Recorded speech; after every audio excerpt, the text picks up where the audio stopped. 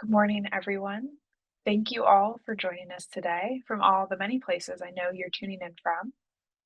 My name is Emily Zinger. I'm the Southeast Asia Digital Librarian at Cornell University, and I'm very excited to welcome all of you to this fourth webinar in our series Across the Archives.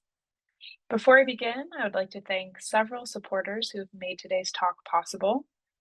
First, thank you to Cornell's Southeast Asia program, especially to Ava White, who has managed the technical side of this event.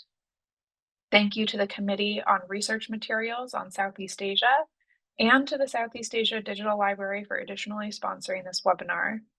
And thank you to the librarians, archivists, and specialists who have had a hand in making accessible all of the amazing collections that our speakers will highlight today, in particular, those who work at the ethnographic archives at the Library of Congress. In my role as a digital librarian, I'm keenly aware of the benefits that arise from making archival collections available both online and in person. We have a duty in this field to preserve these materials for the future and to reduce the barriers that stand between them and the scholars, students, and curious individuals who seek them out. But ensuring that a collection is available and ensuring that those materials are actually used are two very different things. And I often find that while researchers are aware of the collections at their own institutions, it's more difficult for any one researcher to get a clear picture of all the relevant collections out there across the many different institutions that house them. And so we conceived of this series across the archives that brings together in conversation similar collections that are held by geographically different institutions or collections that are of interest to scholars across the globe. We've invited our speakers to discuss their experiences uncovering the often obscured contributions of local research assistants within archival anthropology collections. And while we learn more about E. Made Collar in particular, who worked with Margaret Mead, the goal of this event is to simultaneously deconstruct the archival silos, the institutional silos, within which our archival collections can become trapped, to make these materials easy for you yourselves to navigate as researchers. So now let me introduce our speakers. Amrina Rosyada is a PhD candidate in anthropology at Northwestern University.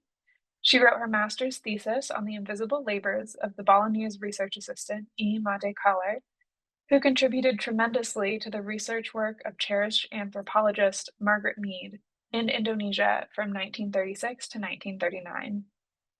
Amrina's research has won 3 prestigious prizes from both Asian Studies and Anthropology professional associations, and she is currently doing fieldwork for her dissertation project on the politics of waste in Indonesia. So, Amrina, thank you for joining us so late in the evening, your time. And our second speaker, E. Gede Agus Darma Putra, is a lecturer at the Hindu Institution at the Hindu Indonesia University.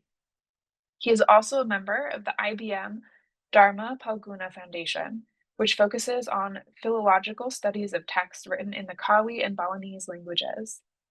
In recent years, he has also begun researching Balinese inscriptions written in the ancient Balinese script and language. He translated E. Made Collar's Balinese field notes into Bahasa Indonesia. A few housekeeping notes. Please keep yourself muted during the talk, and if you have any questions, put them in the chat. I'll be moderating a Q&A after both of our lectures are complete, and I'll be keeping track of everything that you ask in the meantime. So, Amrina, I now invite you to begin. Thank you so much, Emily, for your kind introduction and for inviting me and also Darma to this amazing webinar series. And I would also thank all the audience for coming, both from the US side and the Indonesian side. I know it's very early for those of you who are in the US, and it's also very late for those of you who are in Indonesia like me. So thank you so much for coming to my talk. My name is Amrina Rashada. I am a PhD candidate at Northwestern University. I am studying anthropology. And at this webinar, I would like to share with you all the project that I did for my master's thesis. And this research is mostly about the unknown labors, or like the invisible work of the so-called a research assistant. And in this case, he was a Balinese research assistant who worked for Margaret Mead, who was a very prominent anthropologist from the US in 1936 to 1939 in Bali. And this research is partly motivated by my own experience working as a research assistant myself when I was in college. So I remember that time when I worked as a data collector, as a research assistant for a North American anthropologist who came to my hometown and studied about kind of like the culture there. And it wasn't until 9 months ago, I think, that I remembered about the work that I did for them, all the archival work, or all the like interview and everything. And out of curiosity, I tried looking up their publication, and I was very surprised that it was actually already published. And when I checked their publication, I noticed that something was kind of strange to me. Something didn't seem right to me. And it was the fact that my name was not credited anywhere, even not even in the footnotes. So I found that fact very upsetting at that time, because even now, when anthropologists talk a lot about ethics, about inclusion, this type of things still happen. This omission of those so-called research assistants or invisible workers still happens in the discipline. And I just can't help but make the connection between the project that I was working on that time, which was this very research that you're witnessing right now, and my own experiences. And it just made me think about like all the Indonesian research assistants in history who didn't get the proper credit that they deserved just because they were not the main researcher at a research project. And this is even more important because Indonesia has long been an important quote unquote laboratory for so many social scientists, anthropologists, for them to develop their important theories. But sadly, we only know a little about the people who worked behind those like amazing theorists. And in this slide, I have some familiar or maybe not familiar faces. Like this person, for example, this is Jocelyn de Jong, who was considered the father of Dutch anthropology. He worked in West Sumatra. And then there was also Kleiweg de Zwaan, who was also a Dutch anthropologist who worked in the island of Nias by measuring the heights and the physical measurements of the people who lived there. And of course, the famous anthropologist Clifford Geertz, who wrote his canonical The Religions of Java based on his research in East Java. And Margaret Mead, who's going to be the star of today's presentation, who worked in Bali for so many years. So I think a lot of us are familiar with these faces, or maybe some of these faces, but what we are not familiar with is the people who worked behind these people's success. And this is kind of the theme of today's presentation, both for me and also for Darma, who's gonna speak after me. So this person, for this presentation, I'm gonna shift our focus from Margaret Mead to the person who has always been kind of overshadowed by her prominent career, right? And this person, his name is Ima de Caler. He was a Margaret Mead's research assistant who came from North Bali, from Buleleng, from Bali. And for all of you who are not familiar with anthropology or who are not anthropologists, a little crash course about Margaret Mead. So Margaret Mead herself was a very prominent figure, a very iconic figure in anthropology. if you imagine Anthropology as a magazine, she would be like on the front cover. She was very, very iconic. And from 1936 to 1939, Margaret Mead and her husband, Gregory Bateson, who was pictured on the left, oh, I'm sorry, on the right, did a fieldwork in Bali. And what were they studying exactly? They were studying in Bali, they were studying the relationship between schizophrenia and the characters of Balinese people there, which I think is very pathologizing, but that's what they did back then. But also, they have developed a new research method that is very, very important for modern anthropology that combines photography or photo taking and note taking.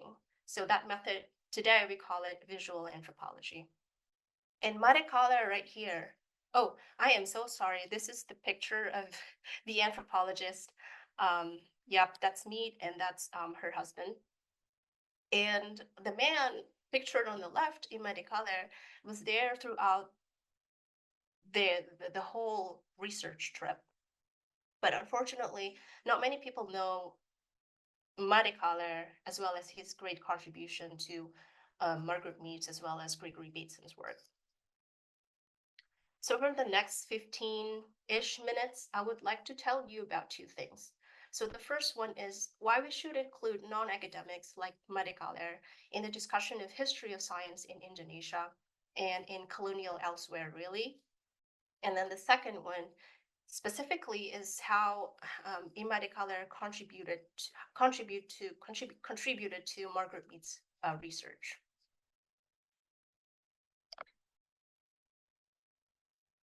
And for this project, I collected archives from the Margaret Mead papers in the Library of Congress. I also did a little bit of data collection at the American Museum of Natural History in New York City, although in this presentation I have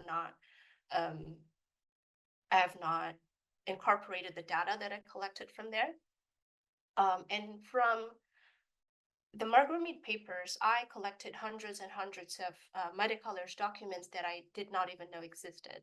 So from his field notes that were mostly written in Balinese, and his letters, his personal letters, and his postcards, even his photographs as well. I also worked with 3 collaborators who helped me translate Maricala's Balinese field notes to Bahasa Indonesia, because I am not Balinese and I don't speak Balinese. So these 3 people have played a really central role in this whole project. And their names are Ni Putu Desi Parmitasari, and then Igede Agus Darma Putra, who's currently with us right now and who's going to speak after me, and then Ni Made Prima Wahini. So I'm really thankful for all their work, and I'm really grateful that Darma is able to be here with us right now to share his experiences. So moving on, when we discuss the history of science, right, in colonial Indonesia, as I said, in colonial elsewhere, it is important that we don't only pay attention to the conventionally defined intellectuals, because whether in studying botany or anthropology, there's always Indonesian native assistants who provided intellectual or domestic labors for Western scientists. Right here, for example, I have the picture of Udam, who was the head gardener at the Bogor Botanical Gardens. And this person had helped Dutch botanists to identify native plants. And then in the 1930s, it was also a very common practice for field anthropologists, including Margaret Mead, to employ house help to do care-related labor in the field site, like Ali bin Usmus right here on the right, who worked for American anthropologist Cora Du Bois. But unfortunately, unlike today, only very few Indonesians during the Dutch colonial era had a university degree. And most of the people who studied ethnology or who were fluent in colonial or foreign languages, they were usually trained to be government or colonial officers or officials. And these people were often recruited by foreign scholars as research assistants for that very reason. And this is where Madhikalar came into the discussion or came into the picture, right? Because he was one of those non-academic intellectuals who were originally trained to be a Dutch government clerk. So just imagine when Margaret Mead and Gregory Bateson came to Indonesia or to Dutch East Indies that time, because Indonesia didn't existed back then, and met Madhikalar in the 30s. Madhikalar just easily checked all the boxes because first he was from Bali. He was also multilingual. He actually spoke 5 languages, including Dutch, English, and Malay. And he could also read and write, which was not something that a lot of Balinese could do in the 30s. So from 1936 to 1939, Mead, Bateson, and of course Madhikalar, they spent most of their time in the field site in a village called Bayungade. It looks like this now, but I don't think it looked like that back then, but just to give you kind of like an imagery. And the reason why they chose this village as the field site is because it used to be assumed that this village was more isolated or more isolated compared to other cities or other towns in Bali who were assumed to be more culturally contacted by like Chinese or European influences. And this is also from the archive. This is a little map of the house that they lived in when they stayed in Bayungade. And from this map also I inferred that they employed not only Madhikalar, but also a lot of like other domestic helpers or domestic workers who mostly were boys. Okay, moving on to the next part of the presentation. This is the question I think that is kind of like the backbone of this whole project, right? What did Madhikalar contribute to Margaret Mead and Gregory Bateson's research, right? What is it about him that make me so strongly argue that he was not just a native secretary, like Margaret Mead would call him, but also an intellectual in his own right? So the first and most celebrated contribution from Madhikalar was that he had collected a lot of data from Margaret Mead. And according to the Library of Congress, he had collected around 500 texts for Margaret Mead's research, and most of them were written in his native language, which is Balinese. And as a productive data collector, Madhikalar took very meticulous notes on so many different things, such as ceremonial life, everyday scenes in the Balinese village, even oral histories and like folk tales and songs. And he collected these data from observations and also ethnographic interviews that he himself collected. And what I find interesting from his notes is that he collected data from people from very diverse backgrounds, including children and lower caste people like his own families and himself.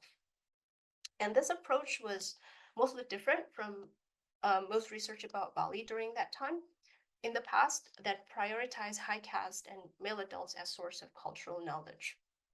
And even though Madhikalar himself was from a lower caste, he was very well versed on field etiquette that made it very easy for him to interview people from many different backgrounds. And one interesting example is when interviewing high caste Balinese, Madhikalar would type his field notes on his typewriter, sitting on a stool while his interlocutor or his interviewees would sit high up on the chair because of the caste differences.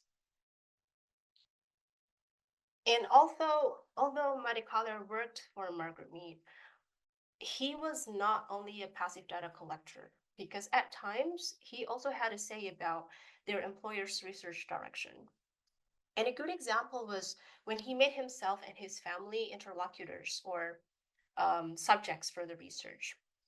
So one time, upon learning that Margaret Mead and Gregory Bateson had never been to his hometown in Buleleng, he assertively invited them to visit. And during that time, his nephew was back home in Buleleng, was currently having a 3-month birthday ceremony, which was a big thing for many Balinese. It's a ceremony called Otonan, and he thought that the event was a good opportunity for the anthropologist to obtain data. And he turned out to be right. The data from the birthday party was incorporated into Gregory Bateson and Margaret Mead's book about Bali. And in fact, the baby right here that you see was it was from Margaret Mead and Gregory Bateson's book, was Madikalar's nephew. And many of his explanations about cultural phenomena were also cited in the book. And in this excerpt here, for example, you can see that Mead cited Madikalar's explanation about a lower caste child's avoidance behavior.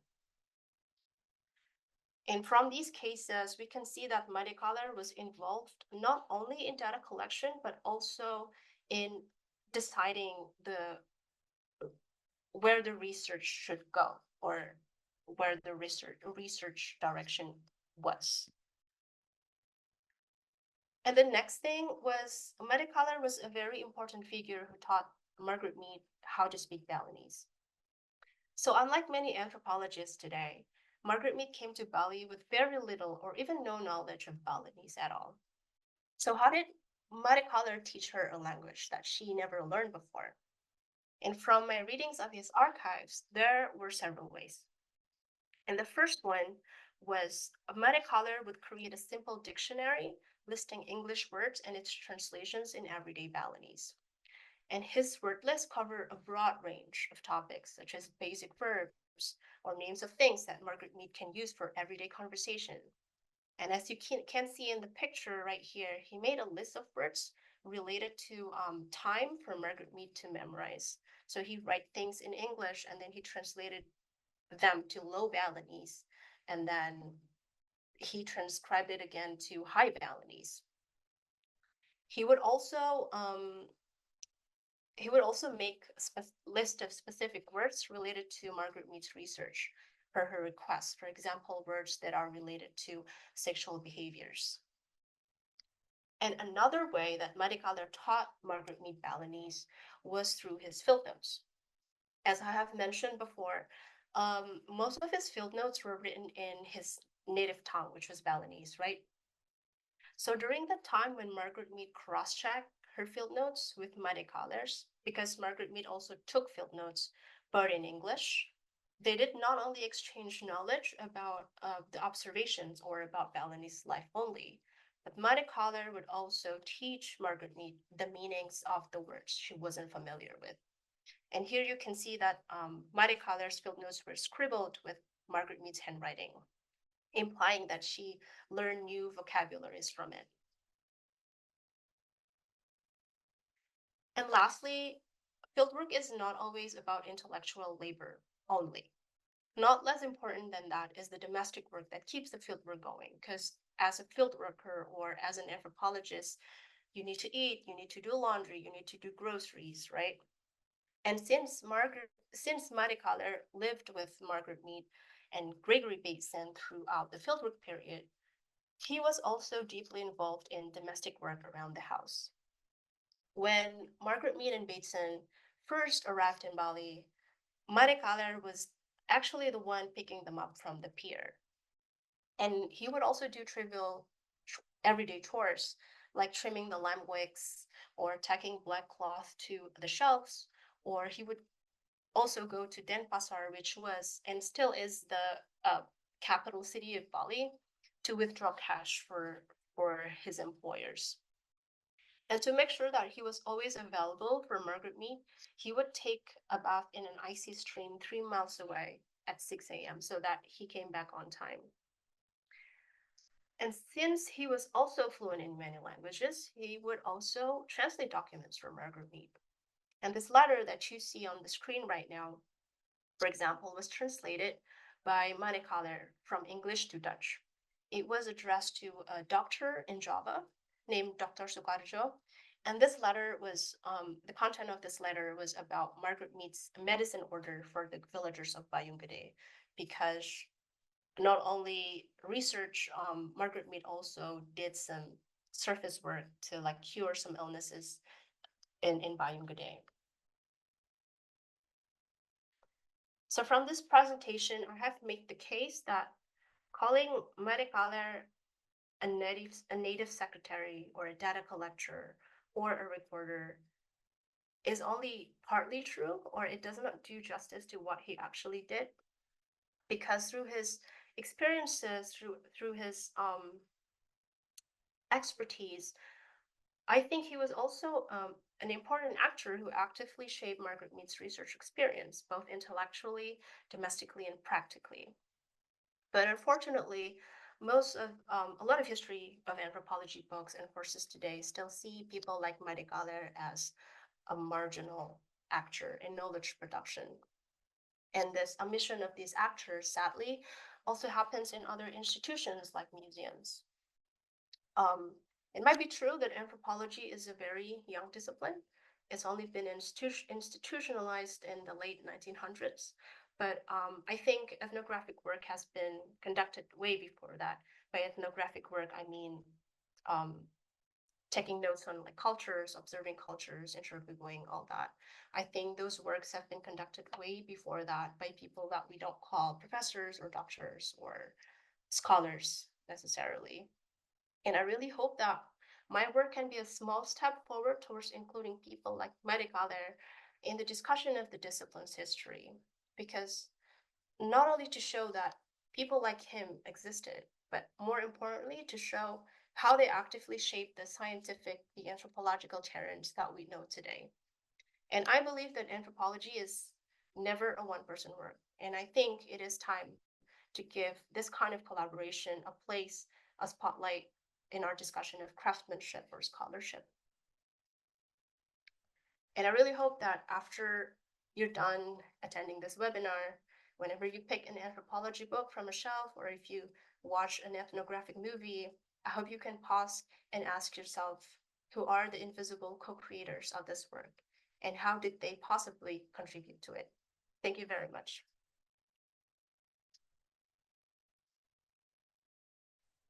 Thank you, Amrina. That was fantastic.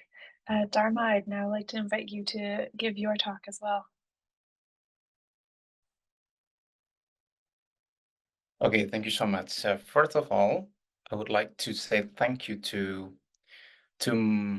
my colleague, Amrina, because I was her assistant research before, and when she just invited me today to speak about this topic, it's really fascinating. So this is my note for Madikaler's note. So it's kind of funny because the material is a note, and nowadays I make some notes for this note. So and actually my presentation I would like to offer to you is my journey in translating Madikaler's anthropology notes. So here we go.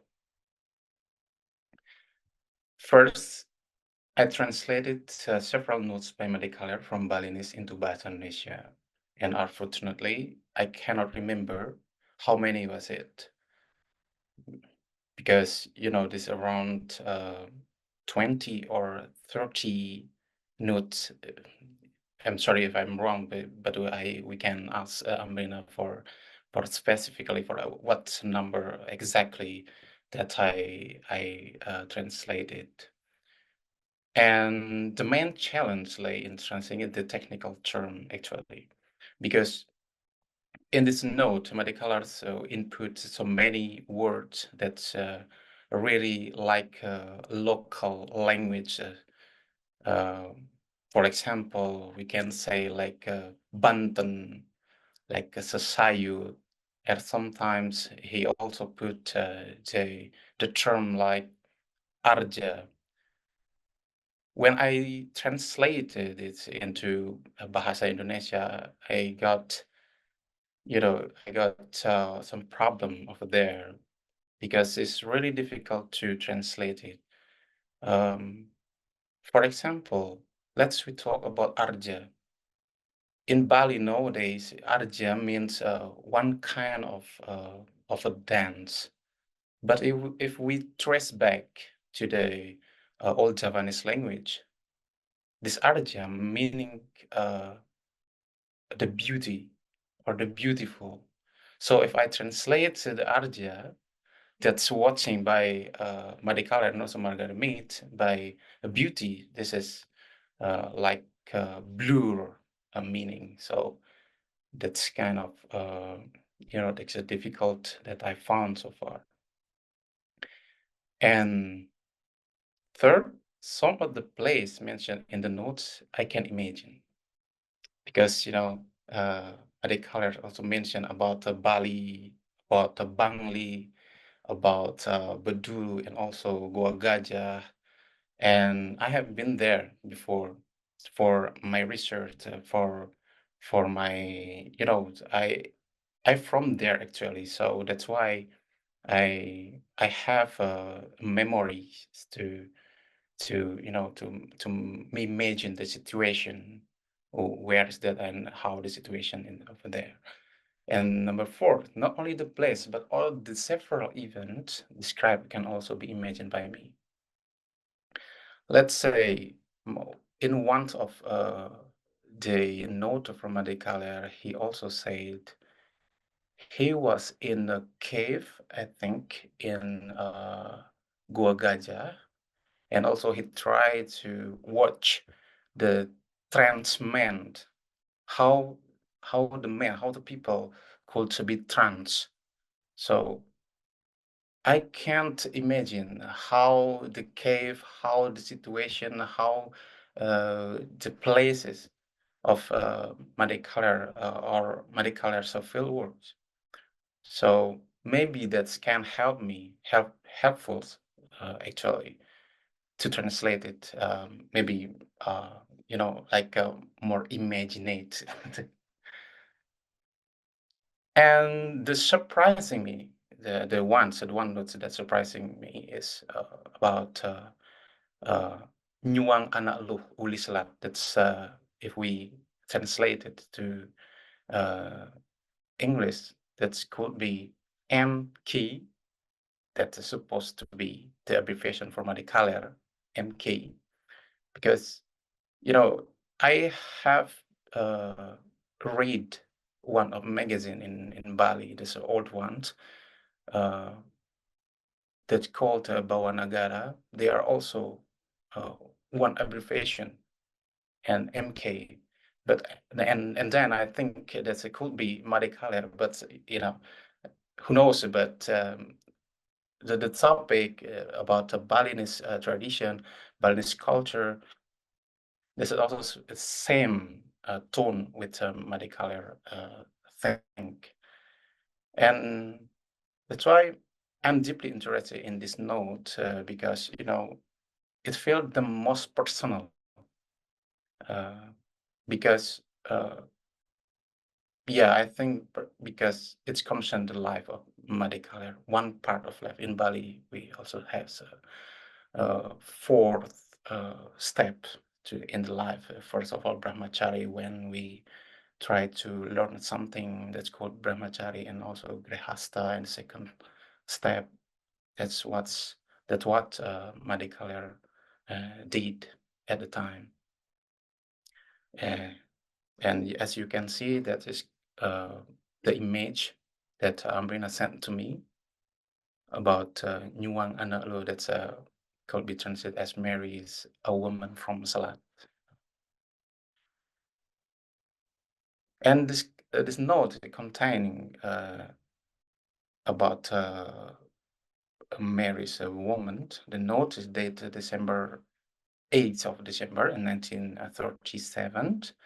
It's titled MK Nyuang Anak Lo, written in Dutch orthography. I mean, Dutch orthography is like Madhikaler's right Ngoang, something like that. Instead, write in NYU or something. But he does so written the word by this way. Why? So I think I was thinking and asking to myself why. Fortunately, in one of the note that maybe translated by Daisy, or I don't know. I don't know. I actually I don't know. Actually, I was one of the three of the assistant research for Amrina, and in this note that's a title Tiang Megerengan Ngajak Timpal Tiang. That could be translated as I fought with my friend. Madikalar said he attended HIS, which is Holland Ilansche School in Malang, and I think that is why he used the Dutch orthography at the time to write the note. And in this note, he also said he returned to Java in 1929, and that indicates he was there before. And he returned to Java in the Dutch years. This is really interesting because he write that in that year in Indonesia, tahun Belanda. But why he doesn't write in tahun Masehi or something? And I was imagined. It seemed that in 1929, the Balinese, including Madikaler, was more familiar with the Saka years, the other ways to count the years. This note was written, or possibly in December 30 in 1937. It's reckoned and even invoking MK, who eloped with a woman from Selat Kajagau named Isrinada. And when questioned by the Mantri police, Isrinada stated that the elopement was consensual. As a result, Madikalar avoided legal repercussion. So, that's a kind of ways to let's say pick up a woman. And as we can see in this note, also Madikaler also mentioned anak keluh kejemak ban Madikaler di peta pelemahan Gianyar, and that means the woman was taken by MK in peta Gianyar. Term Nyuang supposed to be translated as take up, but I decided to translate Nyuang with Marys instead of take up, because more polite. And if we talk about Nyuang or Marys in Bali nowadays, or we can tracing back to the text, the older ones, we can found some ways to take up a woman. First of all, is tuku, to buy it or exchange. I will show you the source of this way. The second one is Swayambara, the competition. We can find it in several sources like Mahabharata and also Ramayana. And the third one is Yuddha, or war. So let's say if I want to marry someone, I would like to make a war to get this woman that I love. The fourth one is ngerorot, or kawin lari in Indonesian, or eloping. So Made colors that take the fourth way, yeah.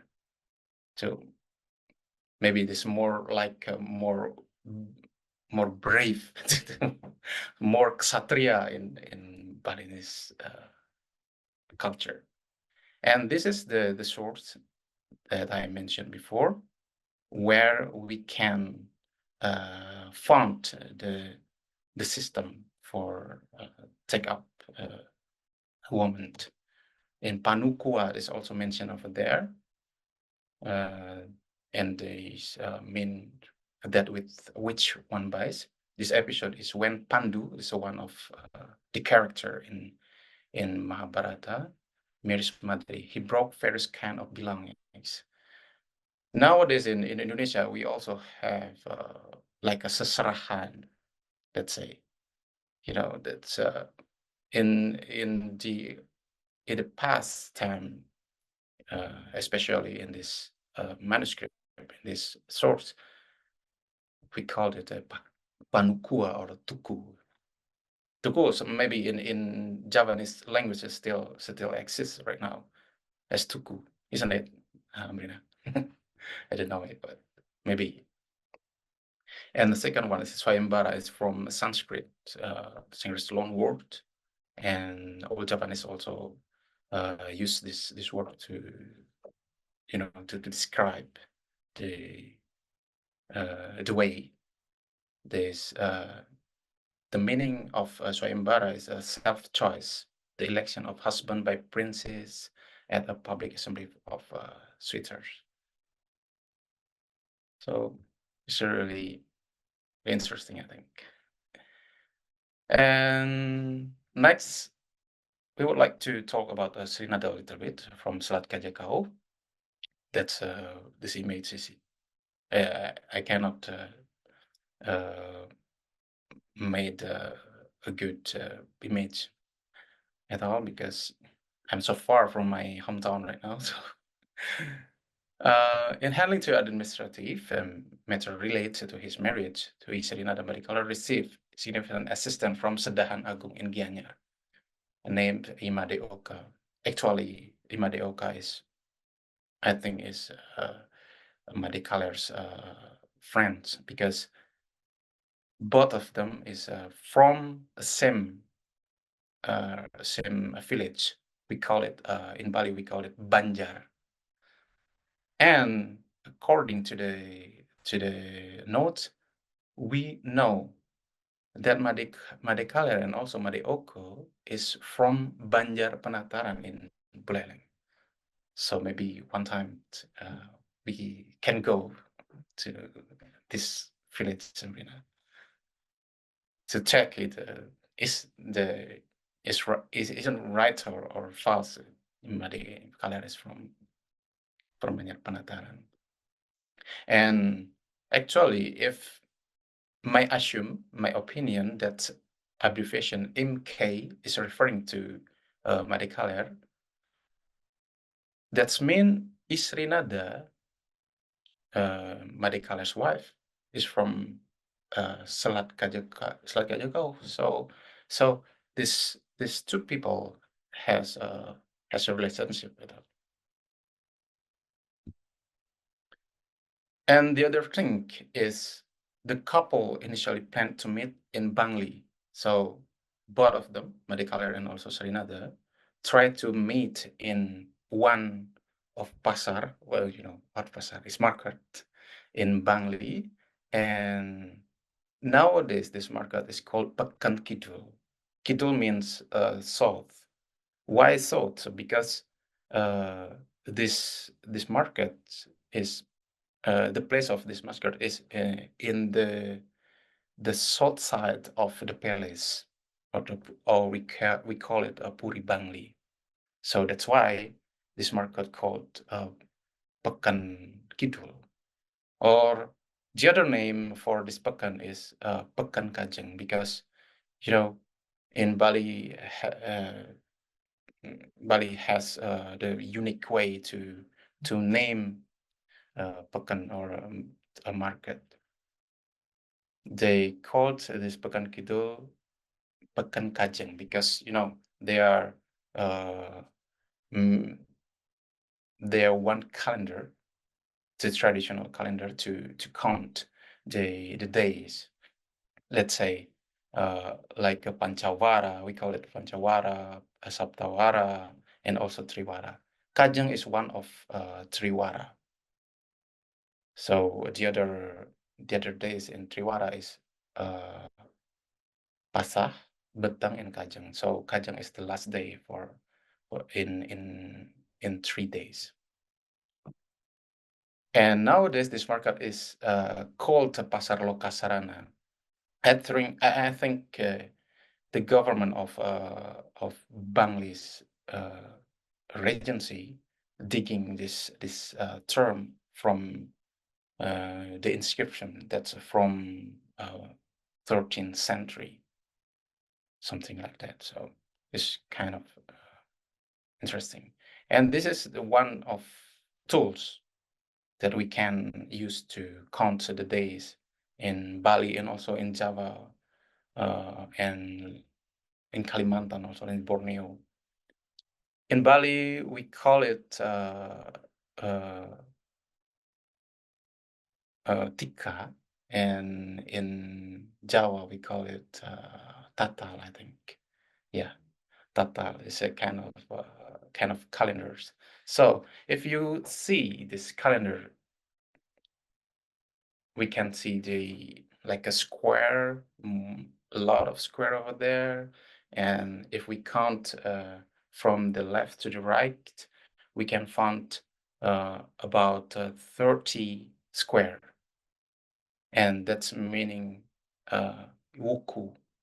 Wuku is the other word for week. So every week has different names, like a Sinta, Landep, Ukir, Kulantir, Tolu, Gumrag, until Watu Gunung. And if we see and count the square from the above to the below, we can find that there are 7 square. And we can start from Sunday, or in Balinese we call it Raditya or Radite. That means sun. Maybe same like a Sunday. And after that, we also have Monday, and in Balinese we call it Soma. Soma means moon, like a Monday, moon day, yes, something like that. So Sunday, Monday, Thursday, and until Saturday, we can count in this calendar. Although in this calendar, no mentioned any word over there, but they are also designed over there like a circle one. This means Kliwon, and the dot means Kajang that I mentioned before. Just too complicated, but now we have this kind of calendar to understand, and we can also try to count our good and bad day, so according to this calendar. Actually, I tried to find when actually this kind of calendar is appear in Bali. So I found out this Paukon system first appeared in the years 8th, 6th, and 4th Saka, or 942 century. And the inscription that mentioned the Paukon is in Pura Bukit Indrakila B1 inscription that issued by King Ugrasena. So a long time, because before in Bali has no idea for this system, for this Paukon system, because Bali has another way to count the we call it Hari Pasaran, the days of for the market. And however, both of them, the Madikala and also Sarinada, the pen was disturbed because Srinada injured her foot on a thorn. I don't think so. That Sunga means thorn, because they really tricky to to describe Sunga as thorn. And consequently, the plan was altered, and Madikala was asked to wait in Petak, and also Petak is one of village near Selat Kajekau. And while waiting, Madikala reportedly was his feet. So in a ravine spreading Petak and Selat. And I can show you this. This is the place, and this is one when the place was collapsed. Now there are a bridge over there, but some days the bridge was collapsed, and this place where Madikala waiting for his beloved. So maybe it's this place is really meaningful by Madikala. So, in addition, important point that fascinates me is the village of Selat mentioned is my birthplace. Selat Kajekau, Selat Tengah, and also Selat Pekan is my birthplace, and that's why I mentioned before I was surprisingly, because this really randomly, but when when I just read this note, I found this note mentioned about my birthplace. So it's really special for me personally. And after that, I asked my father if there is family that's claimed have like relatives in Buleleng, or specifically in Banjar Penataran. And according to my father, he said to me, there is one family that claims to have relatives there. But really, unfortunately, but they do not know the reason. This family doesn't know the reason why their family has a connection to Buleleng. But after I read this note that Amrina sent to me, I can't elaborate. I can explain why is your family have a relation with other people far away from your place. In this case, it's Buleleng. Yeah, because Madikala and Srinada was married. So this, I think, this is the this is a proof that archive are crucial for understanding the connection between like the past, the present, and even the future. And that was I think after I translate the Madikala's note. It's not intended to Margaret Mead, because this note is writing in Balinese, written in Balinese, but maybe Amrina's mentioned this before. And it's not written by Madikala represents a collective memory, is my opinion. One note might not be significant to one person, but it could be extremely important to another, especially if those individuals have a direct or indirect connection to the note, just as I feel, So I don't know that this note can show me the link between the past time and also the recent time in my hometown. And for the last, this is a quote from the film by Zhang Yimou. Time has passed, so much has changed, but the field remains in my heart, maybe in our heart. Thank you so much. Thank you so much, Darma. I really appreciated how you made this this individual and the story that Amrina set up for us so personal and so illuminated. I really appreciate that. We might have time for one or two questions. I'll give the audience a moment. You're welcome to unmute and ask your question or put it in the chat, and I'll read it aloud as well.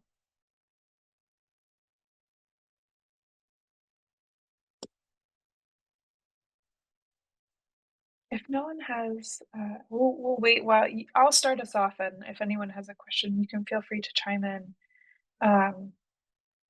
But I was wondering, it seems to me it's quite lucky and maybe even unusual to have all of these personal letters from Imade Kaler in the Margaret Mead collection. And I was wondering if you've had instances in your archival research, both of you, where you found either similar sort of personal information about these hidden actors, or if it's more common for that kind of a story to be left out entirely and to be silenced in the archives.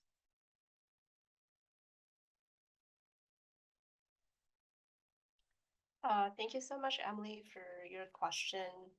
And I agree with you. I think it's a pretty rare instance where a research assistant or someone who was like employed to be an assistant in a kind of like a broader research project actually left written archives, because usually they just, because they were employed usually like rather informally, they just didn't leave like anything for us to, like to learn from in the archives. Unfortunately, I think like I've only done this research like specifically on Imade Kaler, but I have heard of other instances. For example, there is this one research assistant of Franz Boas, who was very famous, also a very famous anthropologist in the US, who left a lot of written records as well. And again, like he came from a pretty like privileged kind of like upbringing. I think that's also like one of the reasons why he, like he left he could read and who could write, and he left like so much like written traces. But that's like the only person I can think of. I don't know anyone else. It's just because like I haven't like done research on them, but yeah, those are like the two instances I can think of right now. No, it's a good reminder of what can be obscured and how we have this historical record, but it's not necessarily complete, or providing evidence of every actor in these stories. We are at 11 o'clock here on the East Coast AM. I know that makes it 11 p.m. for you, Amrina. So I'll go ahead and close the webinar now, but thank you so much for everyone who attended. And please know that a recording will be sent out hopefully next week to everyone who registered. So thank you so much. One last round of applause for our speakers. We really appreciate your time. Thank you. Thank you for inviting us, Emily. Appreciate it. Thank you, Amrina. Thank you, Emily. Bye. Have a wonderful day, everyone. Bye. You too. Bye.